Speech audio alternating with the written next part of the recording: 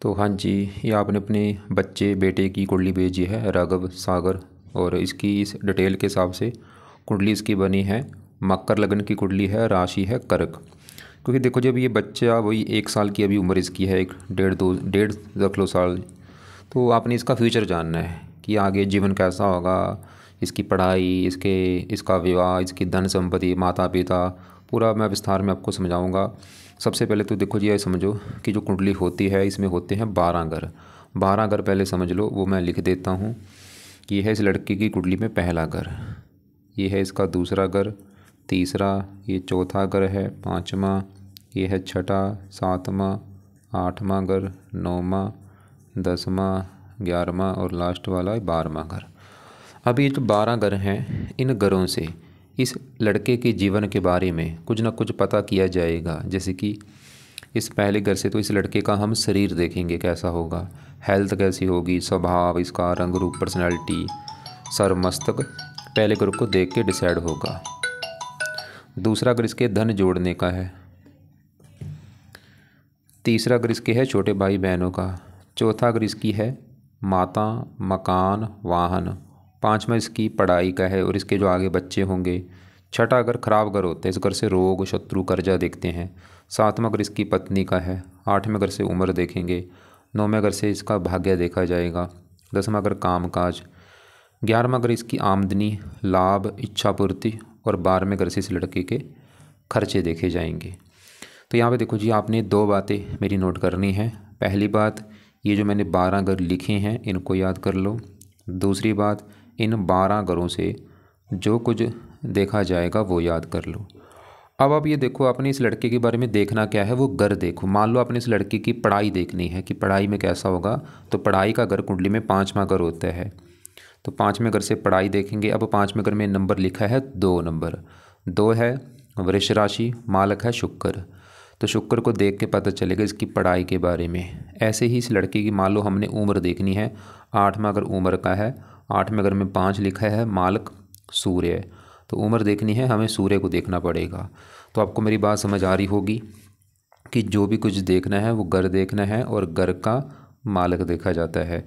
अब यहाँ पे सबसे मेन सवाल ये है कि लड़की की कुंडली है कैसी, कुंडली में क्या ग्रह अच्छे बुरे हैं। तो इसकी अगर सही बताऊँ, कुंडली मुझे बहुत अच्छी लगी है। सभी ग्रह इसके अच्छे हैं, या उच्च के बैठे हैं या अपने घर में बैठे हैं। एक बात नोट करो, ग्रह अच्छे बुरे क्यों होते हैं पहले ये समझो। ये ग्रह हैं, इनका अपना घर होता है। अगर अपने घर में बैठे हैं अच्छे फल देते हैं, दोस्त के घर में बैठे हैं तब भी अच्छे फल देते हैं, उच्च के बैठे हैं तब भी अच्छे फल देते हैं। तो हाँ जी, मैं बात कर रहा था अगर अपने घर में बैठे हैं अच्छे फल देंगे, उच्च के हैं तब भी अच्छे फल देंगे, दोस्त के घर में है तब भी अच्छे फल देंगे। लेकिन अगर ये ग्रह नीच के बैठे हैं अच्छे फल नहीं देते। तो इस लड़की की कुंडली में कोई ग्रह नीच का नहीं बैठा, सबसे अच्छी बात तो ये है। अब इसकी कुंडली में देखो, चंद्रमा जो है ये 7वें घर में अपने घर में बैठा है, मंगल उच्च का बैठा है, शनि अपने घर में बैठा है, शुक्र अपने दोस्त के घर में बैठा है, बुध दोस्त के घर में बैठा है, गुरु दोस्त के घर में बैठा है। तो इसकी कुंडली में देखो जी, मतलब जहाँ तो ग्रह अपने घर में बैठे हैं या उच्च के हैं या वो दोस्त के घर में बैठे हैं, सबसे अच्छी बात ये है। अब सभी 9 ग्रहों का इस लड़की के ऊपर असर हमेशा रहेगा, लेकिन ये अपना असर ज़्यादा अपनी दशा में देंगे। दशा में इनका जो असर है वो कई गुना बढ़ जाता है। तो आज इसके ऊपर इन ग्रहों में सबसे बड़ा असर है शनि ग्रह का, क्योंकि शनि की इसके ऊपर चल रही है बड़ी महादशा। ये बचपन से चली है, दूसरा महीना 24 से, और ये कब ख़त्म होगी, 2031 में जाके होगी। मतलब आज लड़के के ऊपर सभी 9 ग्रहों का असर आज भी है, लेकिन ज़्यादा असर है शनि ग्रह का, क्योंकि शनि की चल रही है बड़ी महादशा। और दूसरे नंबर पे इसके ऊपर असर है मंगल ग्रह का, जिसकी चल रही है अंतर्दशा। ये दूसरा महीना 25 से चली है और तीसरा महीना 26 में ख़त्म होगी। तो अब पहले इन 2 ग्रहों की हम बात करेंगे, दोनों ग्रह इसके है कैसे, शनि और मंगल। तो पहले यहाँ पे मैं मंगल की बात कर लेता हूँ। मंगल यहाँ पे बैठा है पहले घर में, और मंगल के साथ देखो शुक्र भी बैठा है। शुक्र मंगल कहाँ बैठे हैं, पहले घर में। अब पहले पहला घर किस समझो किसका है। अभी आपको जो मैंने 12 घर बोले हैं कि 7वां घर इसकी पत्नी का घर है, 5वां बच्चों का, चौथा माता का, तीसरा छोटे भाई बहन। ऐसे जो पहला घर है, ये पहला घर इस लड़के का घर है। ये जो लड़का है, ये लड़का होगा कैसा, इसका स्वभाव कैसा होगा, रंग रूप कैसा होगा, पर्सनैलिटी, सर मस्तक कैसा होगा, पहले घर को देख के भाई हमें पता चलेगा। और आपको मैंने अभी एक फार्मूला बोला था, घर का मालिक देखना है। अब पहले घर में देखो क्या लिखा है, 10 लिखा हुआ है। 10 है, मकर राशि, इसका मालिक है ये शनि।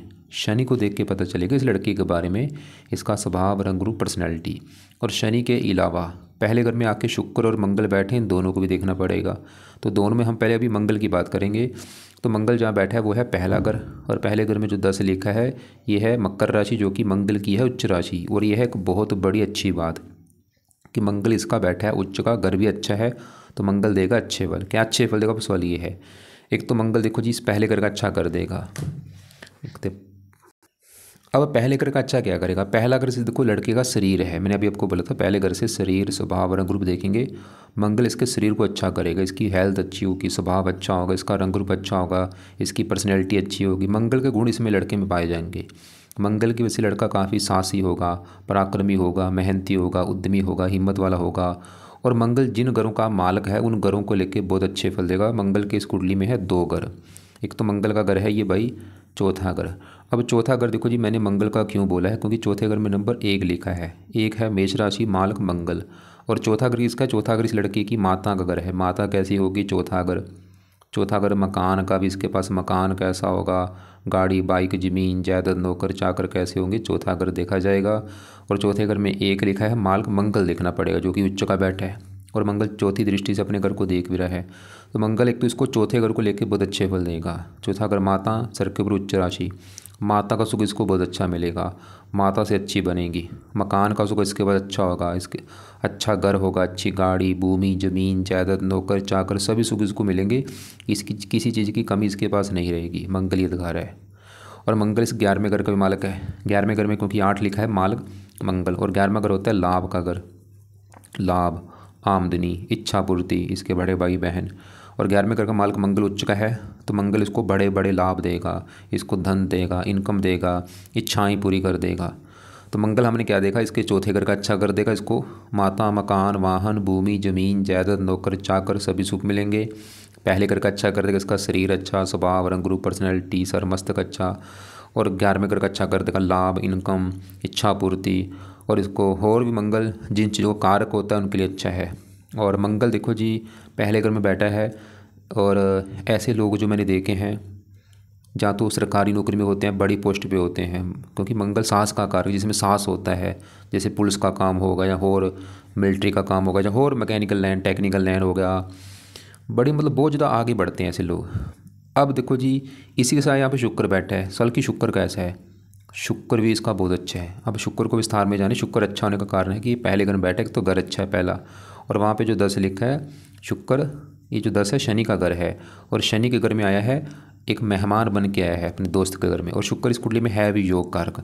अब शुक्र अच्छे फल क्या देगा, एक तो शुक्र देखो जी इस पहले घर का अच्छा कर देगा, और जिन घरों का है मालिक उन घरों को लेकर अच्छे फल देगा। और शुक्र का इस कुंडली में अपना जो घर है वो है ये 10वां घर। 10वां घर मैंने शुक्र का क्यों बोला है, क्योंकि 10वें घर में 7 लिखा है। 7 है तुला राशि मालिक शुक्र। और 10वां घर इस लड़के के काम काज का घर है।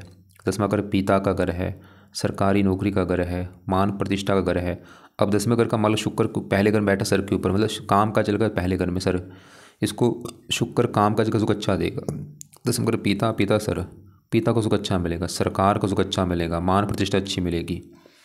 और इसके काफ़ी मुझे योग दिख रहे हैं सरकारी नौकरी के बहुत ज़्यादा, कि लड़का जहाँ तो सरकारी नौकरी में होगा और बड़ी पोस्ट पे होगा, मतलब बड़ी पोस्ट पे अगर सरकारी नौकरी में होगा या सरकार से इसको कोई फ़ायदा होगा ज़रूर। और शुक्र इस 5वें घर का भी मालिक है, क्योंकि 5वें घर में क्या लिखा है 2, मालिक शुक्र। और 5वां घर इसका है पढ़ाई का, कितना पढ़ा लिखा होगा 5वां घर। 5वां घर इसकी संतान का है, लड़के की जो संतान आगे होगी। और इसकी बुद्धि, कितना बुद्धिमान होगा 5वां घर। और 5वें घर में 2 लिखा है, मालिक शुक्र अच्छा है, तो शुक्र इसको संतान का सुख अच्छा देगा, इसको पढ़ा लिखा बनाएगा, इसको बुद्धिमान बना देगा। शुक्र पहले घर में बैठे इसको सुंदर बनाएगा, आकर्षक बनाएगा, इसको गीत संगीत कला में रुचि होगी। शुक्र मंगल थोड़े से वैसे पहले घर में जब बैठते हैं बंदा कामुक भी होता है, थोड़े से लड़कीबाज भी होते हैं, मतलब खुद के ऐशोआराम के ऊपर भी धन खर्च करते हैं, घूमने फिरने, कामुक होते हैं, थोड़ा काम वासना बढ़ जाती है शुक्र मंगल की वजह से। बाकी शुक्र मंगल अच्छे हैं। तो शुक्र हमने क्या देखा कि अच्छे फल देगा, पिता, सरकार, मान प्रतिष्ठा, पढ़ाई, संतान, बुद्धि। और पत्नी का कार्य का पत्नी के लिए अच्छा है, इसको सुंदर आकर्षक और बनाए, और भी हज़ारों अच्छे फल देगा। अब आगे बढ़ते हैं, यहाँ पे 7वें घर की मैं बात करता हूँ। 7वां घर है पत्नी का घर। इस लड़के की भाई पत्नी कैसी होगी, पत्नी का सुख है या नहीं, सातवां घर देखना है। और यहाँ पे भी देखो जी भाई बात है घर का माल का, देखो सातवें घर में क्या लिखा है, 4 लिखा है।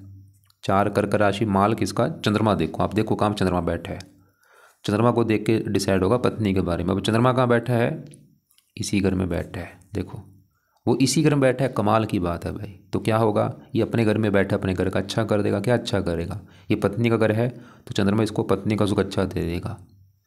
और चंद्रमा है भी शुभ ग्रह, देवता ग्रह है। इसकी जो पत्नी है काफ़ी दिखने में सुंदर होगी, उसका स्वभाव अच्छा होगा, उसकी वाणी मीठी होगी, बहुत अच्छी गुणी होगी, आज्ञाकारी होगी, ईमानदार होगी, मतलब अच्छे नेचरन वाली होगी, आचरण अच्छा होगा, सभी गुणों से युक्त होगी, भोली होगी, सुंदर होगी, सभी गुणों से भाई हजारों उसमें गुण होंगे इसकी पत्नी में।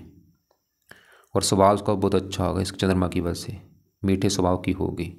लेकिन ये मंगल थोड़ा सा लड़के को क्रोधी बना सकता है। ये लड़का जो है राघव, ये थोड़ा सा गुस्से वाला हो सकता है, लेकिन पत्नी का स्वभाव अच्छा है क्योंकि मंगल पहले घर से दृष्टि भी डाल रहा है, साथ में घर के ऊपर नीच राशि है। इस लड़के की वजह से थोड़ा सा हल्का सा पत्नी से मनमुटाव हो सकता है, लेकिन पत्नी से उसकी बहुत अच्छी होगी भाई, पत्नी का सुख बहुत अच्छा है।